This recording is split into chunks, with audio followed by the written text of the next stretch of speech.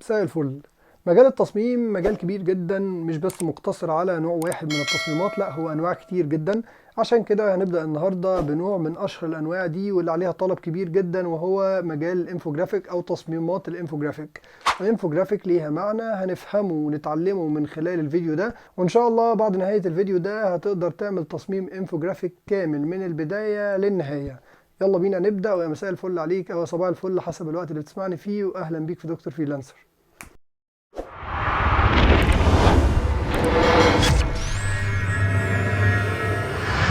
نبدأ إن إحنا نكمل الجزء التاني بقى بتاعنا بتاع النهارده، واللي هنتعلم فيه حاجة فعلية بقى هنتعلمها عشان خاطر نشتغل بيها، ونقدر إن إحنا نضيفها على خدمة على الموقع، وتكون بالنسبة لنا مفيدة للشغل بتاعنا، وفي نفس الوقت لحياتنا إحنا لو حابين إن إحنا نعمل بيها حاجة.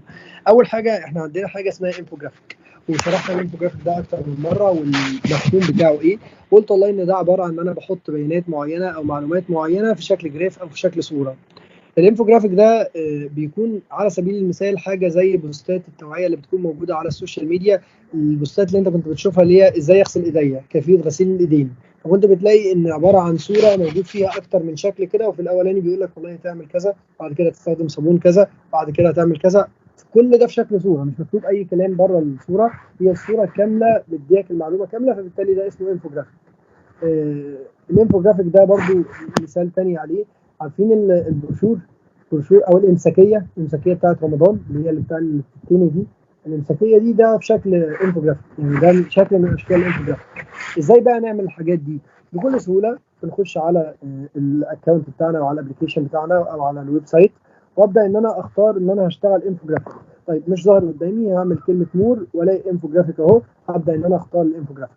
طبعا الانفوجرافيك الشكل الرسمي بتاعه والشكل الاساسي بتاعه هو الشكل ده، يعني اللي ظهر قدامكم الطويل ده. فبالتالي ممكن ان انا اختار ده بكل سهوله وابدا ان انا اعدل عليه. بص كده انا بكبر كده عشان خاطر اشوف ايه اللي عاجبني هنا وايه اللي مش عاجبني، ايه اللي انا عايز اسيبه وايه اللي انا عايز اشيله. كل حاجه انا بضغط عليها بكون قادر ان انا اشيلها من مكانها واحط حاجه تانية مكانها خالص. شايفين يعني ده مثلا اقدر ان انا اشيله مثلا هنا وارفعه فوق شويه. الكلام اللي موجود هنا ده اقدر ان انا اغيره.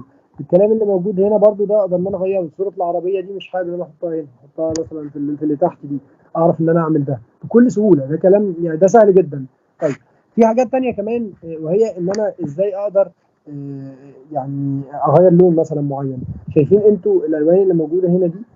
وعلى سبيل المثال الالوان اللي موجوده جوه الديزاين اللي انا اتكيت عليها، اللون ده، اللون ده لو انا حابب ان انا اغيره، بعد ما اتكيت عليه وضغطت بس عليه كده، بعد ما ضغطت على اللون نفسه ظهر قدامي جنب كلمه انيميت اللي فوق، ضغطت عليها وبدات ان انا اغيرها فغيرت معايا اللون خالص.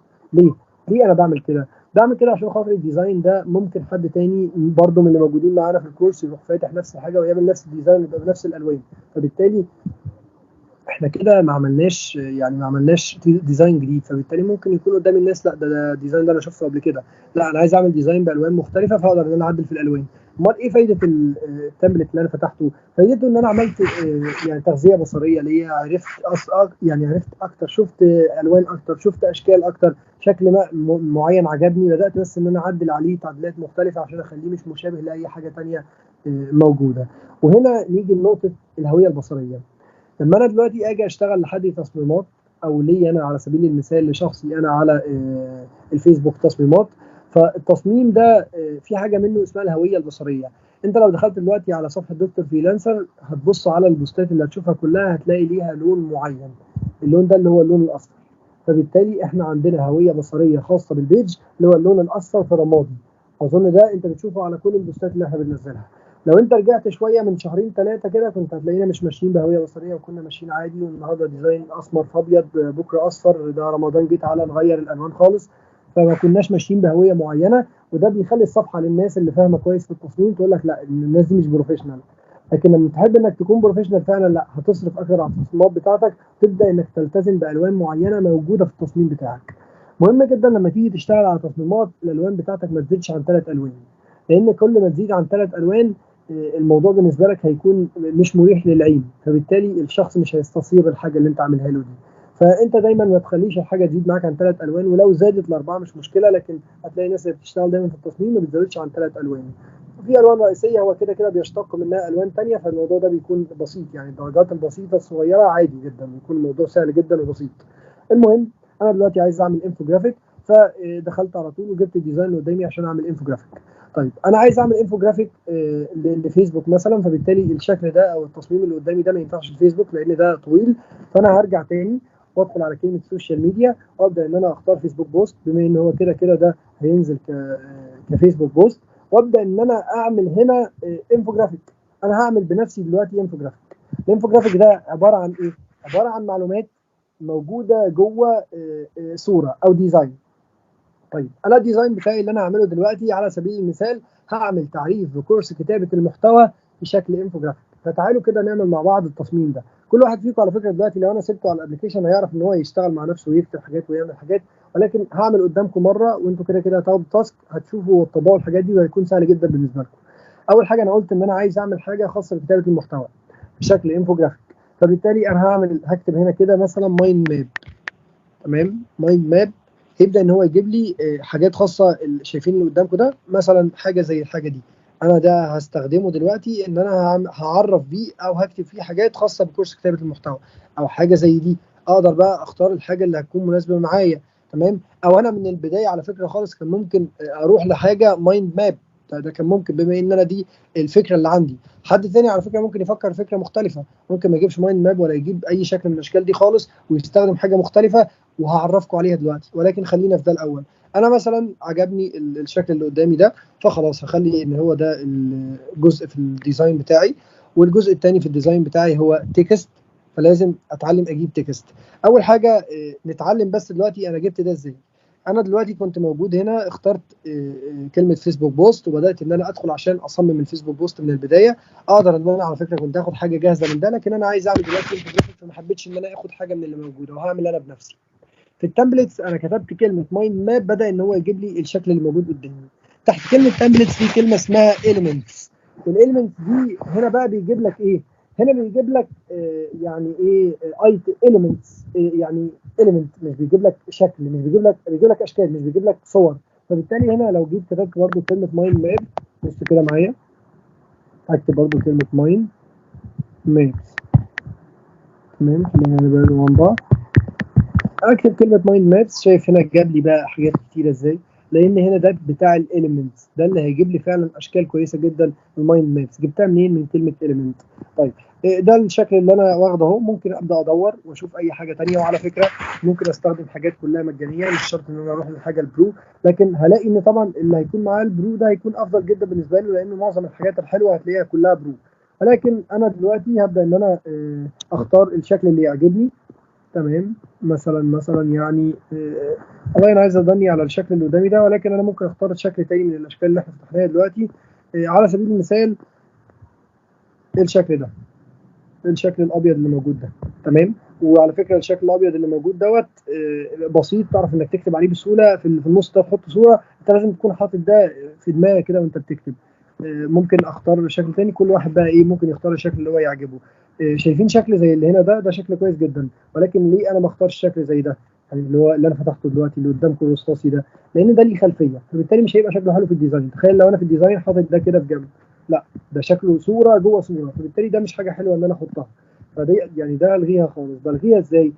يا اما ارجع من علامه، شايفين هنا علامه الرجوع دي اللي انا ضغطت عليها فوق اللي موجوده جنب كلمه ريسايز، لما رجعت منها بدا ان هو يرجعني خطوه بخطوه، فرجعت لغايه ما لغيت خالص اللي انا جبته. او بكل سهوله كان ممكن اضغط عليها ضغطه والاقي علامه السله فاضغط على علامه السله فاشيلها، فكده الموضوع بقى اسهل كتير واحسن كتير. تمام، زيها بالظبط الصوره اللي جنبيها، طبعا دي صور كويسه جدا تقدر انك تختار منهم المناسب ليك. خلونا نكمل على اللي احنا كنا اخترناها في البدايه. طبعا اللي اخترناها في البدايه هنا فيها 1 2 3 4 5 6 ايتمز، فبالتالي لو انا معايا موضوع هتكلم عنه محتاج 6 ايتمز ده تكون مناسبه جدا بالنسبه لي. طب لو محتاج اكتر في شكل تاني اهو، فممكن ان انا اختار الشكل التاني اللي موجود قدامي ده. على فكره برده من الصوره اللي فوق دي اقدر ان انا اغير الالوان بتاعته، لكن هو خلي بالك لون واحد لان هو عباره عن صوره واحده او جروب واحد، فبالتالي انا اقدر اختار على عدد الايتمز اللي انا هشتغل عليها اختار المناسب ليه. مثلا ده 4 بس، ده ممكن يكون 4 بس ويكون كويس بالنسبه لي، احط صوره في النص ويكون الدنيا تمام جدا. طيب طبعا هنا الديزاين بتاعي على حسب انا عايزه الشكل بتاعه يكون بالطول ولا بالعرض. اقدر ان انا على علامه السهم ده احركه يمين وشمال، فكده بقى العرض بتاعه اطول من الطول شويه، او ان انا اخليه هو بالطول كده، وانا شايف ان هو كده هيكون شكله مناسب يعني اكتر. فبالتالي انا هسيبه كده واكبره شويه، ويبقى ده الشكل اللي انا هكتب فيه المعلومات اللي انا حابب احطها في الصوره.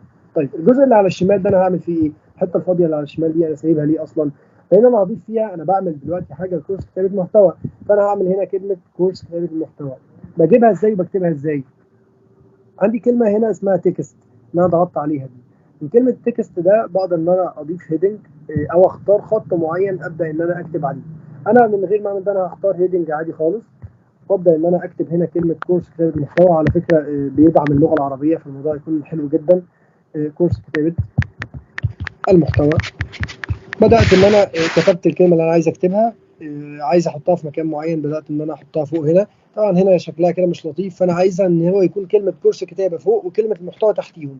في علامه، لو انتم شايفين كده، لو انا كبرت كده شويه، في علامه ما بين النقطتين اللي موجودين على اليمين، النقطه دي والنقطه اللي تحت دي، في علامه. لو انا بص لما بحرك لجوه بيبدا ان هو يصغر الكلام، فبالتالي في كلمه تنزل تحت. لو صغرت اكتر هيكونوا الكلام كله تحت بعض. شفت كده الكلام بقى تحت بعضه؟ لا، انا عايزها تكون بالشكل اللي قدامي ده. طيب الشكل اللي قدامي ده انا شايف ان هو مكتوب بخط كبير شويه، فانا ممكن ان انا اضغط على حجم الخط. لما بضغط عليه كده بيظهر لي حجم الخط فوق، اقدر ان انا اصغر فيه واكبر فيه بكل سهوله. فانا بصغر فيه لغايه ما الاقي ان ده الخط ده كده بقى مناسب. تمام تمام. بعد كده ببدا ان انا اغير اللون بتاعه من حرف الاي ده. اقدر ان انا اغير اللون بتاعه للون اللي هيكون مناسب معايا. طبعا انت شايف ان انا معايا هنا الاصفر ومعايا الازرق ومعايا الاحمر، فبختار لون من الالوان اللي موجوده دي بحيث ان احنا يعني ايه ما نكونش مختلفين عنها. فعلى سبيل المثال ممكن نختار اللون الاصفر شويه. طبعا الخط اللي قدامك ده انا بالنسبه لي مش حلو. ممكن يكون انت شايفه كويس عادي جدا، تقدر تسيبه زي ما هو، لكن انا بالنسبه لي مش حلو. فانا بكل سهوله عايز اغير الخط ده. انا غيرت حجم الخط من الزائد والناقص اللي فوق دي، وغيرته وسبته زي ما انا عايز بالظبط والحجم اللي انا عايزه. وغيرت اللون بتاعه من حرف الاي. بكل سهوله من اللي على شمالهم ده انا اقدر اغير نوع الخط نفسه. خلي بالك، انا عايز اشتغل على حاجه جوه الديزاين بضغط عليها، فضغطت على دي على الكورس كتابه المحتوى، بدا ان هو يجيب لي فوق اهو ان انا اغير نوع الخط. ما جبتهاش من تكست عشان دي ممكن تلخبط ناس. لو انا جيت هنا وضغطت على كلمه تكست وجيت اسيرش عن خط معين، لا هيضيف لي مربع جديد. يعني على سبيل المثال اخترت الخط ده، بص هيضيف لي مربع جديد ان انا اكتب فيه. لا مش ده اللي انا عايز اعمله. انا بضغط على الخط اللي انا عايز اشتغل عليه وبيكون ظاهر لي نوع الخط هنا. بضغط هنا واكتب. انا بكتب دلوقتي بلغه عربيه، فانا عايز الخطوط العربي. اكتب كلمه ارابيك. بعد كده ضغطت اوكي، بدا يجيب لي انواع خطوط. ابدا بقى ان انا ابص عليها الى حد ما كويس. تمام، شكله تمام اهو. كويس كويس كويس. يعني ده عجبني جدا. يعني نوع الخط اللي انا كتبته دلوقتي ده، لا الخط ده بالنسبه لي بقى عجبني وبقى احسن. فبالتالي انا خلاص هعتمد الخط ده هو اللي هيكون موجود في الديزاين بتاعي. خلاص انا عرفت ان الديزاين بتاعي هيكون من الناحيه دي الصوره بتاعته، ومن الناحيه دي كلمه كورس كتابه المحتوى. طيب الجزء اللي تحت ده بقى اكيد مش هسيبه فاضي، لان كده ديزاين مش هيكون شكل لطيف. دلوقتي احنا بنعمل ديزاين لحد، فبالتالي بيكون في موجود لوجو، فانا اللوجو بتاعه اقدر احطه في الجزء اللي على الشمال تحت. طب انا ما عنديش لوجو او مش حابب ان انا احط لوجو او الشخص ده ما عندوش لوجو، انا هاجي على كلمه elements وهكتب هنا كلمه جرافيك. بص كده معايا. طبعا اقدر سيرش في element، اقدر سيرش في templates، اقدر سيرش في المكان لغايه ما الاقي حاجه تكون فعلا مناسبه وكويسه وعجباني. انا فضلت اكتب كلمه جرافيك وابدا ان انا هدور لغايه ما الاقي حاجه كويسه او شكل جرافيك معين احطه على في المنطقه دي. على سبيل المثال شايف الشكل اللي قدامك ده اهو، اقدر ان انا احطه هنا في المنطقه دي. طيب طبعا لا، انا لو حفظته كصوره مش هيبقى بيتحرك كده، هيبقى صوره. ولكن انا ممكن ادور على حاجه تانية مثلا زي ده. شايف ده اهو، وابدا ان انا احطه في الشكل في الجزء السفلي منه. طبعا تقدر تحط حاجات كتيره جدا. هو قدامك فتح قدامك حاجات كتيره خالص. تعال نشيل ده وندور على حاجه تانية. والله انا حابب ان انا ابص على حد بيعلم حد مثلا الكتابه، ممكن احط الصوره دي. طيب الصوره دي مش بروفيشنال اكتر او مش كويسه اكتر، فاقدر ان انا بقى ادور. كل واحد هنا وذوقه. يعني انت هنا انا ممكن اعمل تصميم دلوقتي، التصميم ده يكون عاجبني وشايف ان هو كويس، وانت تعمل تصميم تاني وتكون انت شايف ان هو اكتر كويس. لكن اهم حاجه ان احنا الاثنين هنكون ملتزمين باللي طلبه مننا العميل. طيب جبنا الصوره بتاعت الشخص ده وهنحطها. هنبدا ان احنا نحطها هنا كده في التصميم بتاعنا. بعد كده هبدا ان انا بقى احط المعلومات بتاعتي جوه التصميم. التصميم بتاعي هيكون ممكن احطها تحت كده شويه عشان ما يبانش ان هو جسمه يعني مقطوع، واكبرها شويه. خلاص انا هسيبها بالشكل اللي قدامك ده. التصميم بتاعي طبعا هحط بقى فيه بقى المعلومات، لان اللي هيشوفه دلوقتي هو ما شافش فيه لسه اي معلومات لحد دلوقتي، فبالتالي انا عايز احط بقى فيه معلومات. عايز اكتب حاجه زي كلمه او اكتب معلومات عن كورس كتابه المحتوى، فدلوقتي هحط تكست. كل اللي انا بعمله دلوقتي بعمل تكست. تكست يعني بضيف كلام، بضيف كتابه. فبعمل ايه؟ بضغط على كلمه تكست، وابدا ان انا اختار تكست، واختار منها ان انا هبدا اكتب بقى الحاجات اللي انا عايز اكتبها. تمام. خلونا نختار بس حاجه واحده بدل ما نقعد نمسح في الحاجات دي. تعالى نختار مثلا اد سب هيدنج، وهكتب اول حاجه انا عايز اكتبها مثلا في المربع الاولاني، وهي كلمه سيو اس اي او. خلاص انا والله محتاج ان انا اكتب اول حاجه اعرفه ان هو في الكورس ده يتعلم اس اي او. خلاص كتبتها وقمت واخدها كده حاططها جوه التصميم بتاعي. تمام. ابدا ان انا اعدل فيها عشان احطها جوه التصميم بتاعي. في حاجه هنا كده دلوقتي، بص شايف اللي انا بعمله ده ممكن تعدل منه الخط بتاعك. ولو انت معاك حاجه زي الكورس اللي موجود هنا ده، وشايف هنا المسافه ما بين الخطوط ما بين الحروف، لو انت عايز تصغر المسافه او تكبر المسافه تقدر من المكان ده. فمثلا انا شايف ان هو كده كويس. اللاين بقى بتاعك لو عايز تعدل فيه حاجه، لو انت عندك اكتر من لاين، وتصغره كده بحيث ان هو ينزلوا تحت بعض تاني. لو انت برضو عندك كتابه زي دي تعرف انك تعدلها عليه من هنا، من السبيسنج اللي موجود ما بين الحروف. بعد كده هكتب هضيف حاجه جديده. فانا ممكن اجي على كلمه تكست واضيف سب هيدنج، او بكل سهوله لو انا مثلا عندي خط جوه الديزاين اللي انا شغال عليه وعايز اعمل من نفس الخط ده، هاجي على الخط ده واعمل منه دبليكيت. تمام. بلاقي جنبه كلمه او حرف الزائد ده، اول ما بضغط عليه بيبدا يديني نسخه منه ثانيه اقدر ان انا اكتب فيها مثلا هنا كده اكتب الاملاء، او اكتب الترقيم، علامات يعني الترقيم. خلاص كتب لي كلمه الترقيم، اقدر ان انا اخد الكلمه دي واصغرها بحيث ان هي تكون مناسبه للشكل بتاعي واحطها هنا. خلاص ضفت رقم 2. عايز ان انا اجيب حاجه شبه الترقيم ممكن اعمله دبليكيت، او عايز اكتب بالخط بتاع السيو فاعمله دبليكيت واخده هنا كده عشان ابدا ان انا اكتب عليه حاجه ثانيه. على سبيل المثال في كورس كتابه المحتوى هنتعلم، امسح بس الكلام ده. في كورس كتابه المحتوى مثلا هنتعلم فيديو سكريبت. فيديو سكريبت اعرف اكتب طبعا بانجليزي بعربي، يعني هو بيديني الاوبشن ده بكل سهوله، فعادي جدا. فيديو سكريبت ممكن اعمل كلمه الترقيم ده دبليكيت واجيبها هنا كده، وابدا ان انا اكتب هنا حاجه ثانيه زي مثلا الانفوجرافيكس. اقدر اكتبها بالانجليزي. تعالوا نكتبها بالانجليزي مثلا انفو جرافيكس. تمام. وابدا برضو ان انا اصغرها بحيث ان هي تماتش مع المربع اللي موجود قدامي. وطبعا ممكن احط لون، يعني اللون الاصفر مع اللون اللي وراه ده مش احسن حاجه، لون زيتوني كده وراه. فبالتالي انا ممكن ان انا اختار حرف الاي برضو هنا، ابدا اخليه بالاسود مثلا او اخليه بالابيض حسب بقى المناسب معايا واللي انا شايفه يكون شكله كويس. طبعا انا ممكن برضو اجي تاني على كلمه انفوجرافيك دي واعمل لها دبليكيت، واروح جاي هنا كده عشان اكتب هنا حاجه زياده. مثلا هنتعلم جوه الكورس ده كمان السوشيال ميديا، بحيث ان احنا نعمل تصميمات سوشيال ميديا. تمام. احنا بنكتب محتوى او محتوى سوشيال ميديا. بعد كده ممكن اروح جاي له اعمل له دبليكيت واحطه هنا كده، واكتب هنا حاجه كمان مختلفه. خلونا نكتب مثلا الاملاء. تمام. الاملاء. خلاص كده انا عملت التصميم بتاعي. طيب الحته اللي في النص هنا هكتب فيها كلمه كونتنت، اللي هو يعني الكونتنت بتاع الكورس. اقدر برضه اختار تكست او من اي تكست جوه عاجبني واروح جايبه كده. كورس كتابه المحتوى، بس هغير كده اكتب فيها محتوى الكورس. محتوى الكورس. خلاص يا باشا خدت انت الجزء بتاعك ده. طبعا هحط اصفر على اصفر، الموضوع مش لطيف، فتغير اللون.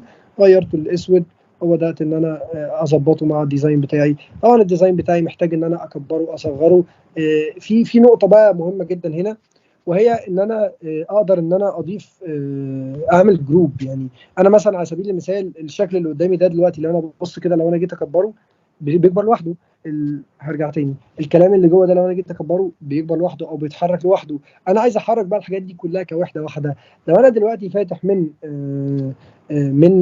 الكمبيوتر، فبكل سهوله في عندي كلمه كنترول، فبختار دي واضغط كنترول واختار دي واختار دي واختار دي واختار دي واحدد الحاجات اللي انا عايزها كلها، وبعدين هلاقي كلمه جروب ظهرت لي فوق كده، اختار كلمه جروب بكل سهوله اقدر احرك ده كله كوحده واحده. طب لو انا مش قادر اعمل ده، انا من البدايه بروح مظبط الديزاين بتاعي، مظبط الشكل بتاعه، فبيكون ايه الدنيا معايا لطيفه وزي الفل. طيب الخلفيه دلوقتي انا شايف ان التصميم كده بقى جاهز ان هو ينزل وكل حاجه تمام، واقدر بس ان انا اضيف عليه اللوجو بتاع الشخص اللي انا انزله له او اكتب عليه حاجه معينه. لكن على سبيل المثال انا عايز اخلي اللون ده مختلف شويه، فتعالى كده لو قلنا نخليها باللون الاصفر هي تمام، بس كلمه كورس كتابه المحتوى ما بقتش ظاهره، فعادي انا ممكن اروح مغير اللون بتاعها للون ده او للون ده او لاي لون طبعا انا اشوفه مناسب معايا. لكن اللون الاصفر عشان بس ما نحطش الوان كتيره جوه التصميم بتاعنا، ممكن احط لها، ممكن اضغط عليها كده واغير اللون بتاعها كلون تاني مختلف. شوف بقى انت اللون المناسب ليك ايه. وعلى فكره انت ممكن تعملها كده وتحفظها، تعمل لها سيف، بعد كده تعملها بلون تاني تعمل لها سيف، بحيث انك تنزل ده في مكان وده في مكان، يبقى الاثنين شكلهم مختلفين عن بعض. ده كده انت عملت تصميم كامل.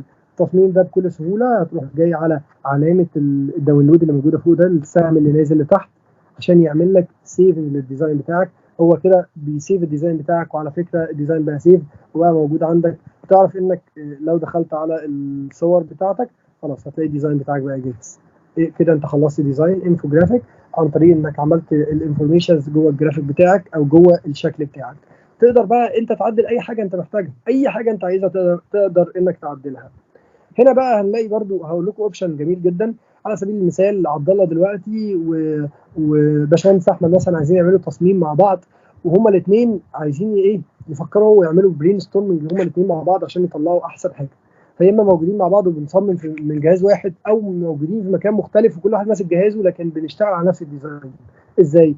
كلمه شير اللي موجوده هنا دي، تقدر انك تعمل شير للديزاين عشان خاطر تضيف هنا حد معين او اسم حد معين، او تاخد اللينك بتاعك وتعمل له شير، بحيث انك كوبي لينك كده، بحيث انك تبعت للشخص اللي انت عايزه تشير معاه الحاجه دي ان هو يشتغل معاك على الديزاين ده، يدخل معاك على نفس الديزاين، ويبقى انتوا الاثنين في نفس المكان بتعملوا ديزاين مع بعض.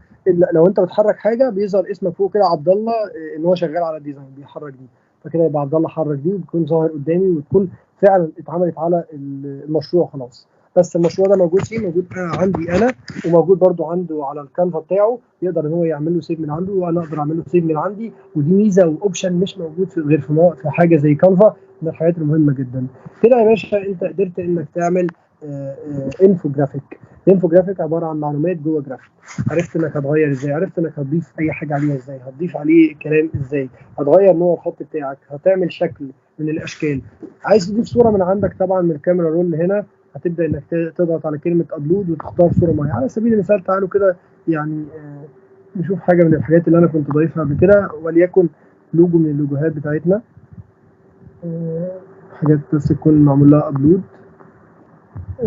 هي اللوجو بتاعنا خلاص تمام. خدت اللوجو والله ايه وعايز احطه على الديزاين، بكل سهوله هاخده كده احطه في الديزاين من تحت. خلاص هو الديزاين ده بقى بتاع خاص بدكتور فريلانسر. تمام. اظن كده الموضوع بقى تمام وبقى سهل جدا وبقى بسيط جدا.